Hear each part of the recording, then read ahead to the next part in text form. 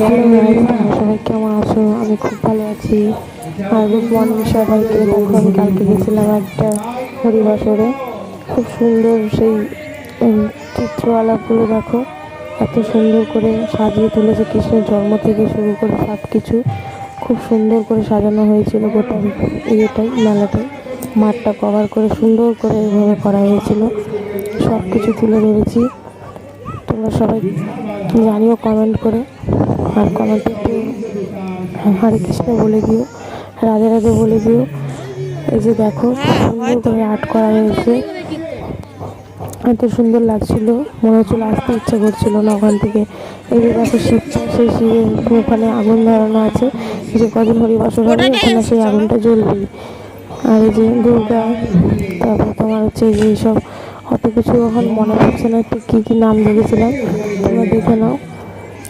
আর কেমন লাগলো আমাকে কমেন্টে অবশ্যই জানাবে।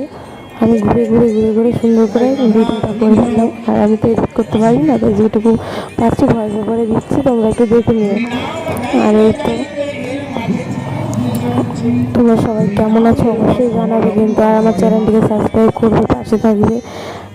এই যে আমাদের গ্রামের এই মাঠে এইরকম করে হরিবাসন হচ্ছে। তোমরা প্রায় লোকে হরিবাসর দেখো, কিন্তু এইরকম করে চিত্রআলা যদি তোমাদের ওখানে হয়ে থাকে আমাকে কমেন্ট করে জানিয়ে। এই সোনার গৌরাঙ্গ এত সুন্দর লাগছিল দেখতে, মনে হচ্ছে সত্যি সোনার গৌরাঙ্গ ওখানে আছে। এই তো, এখানেই শেষ। আর এই যে এখানটা হচ্ছে মেন যে কীর্তন হচ্ছে, দিন রাত ব্যাপী এই হরিবাসর হয়।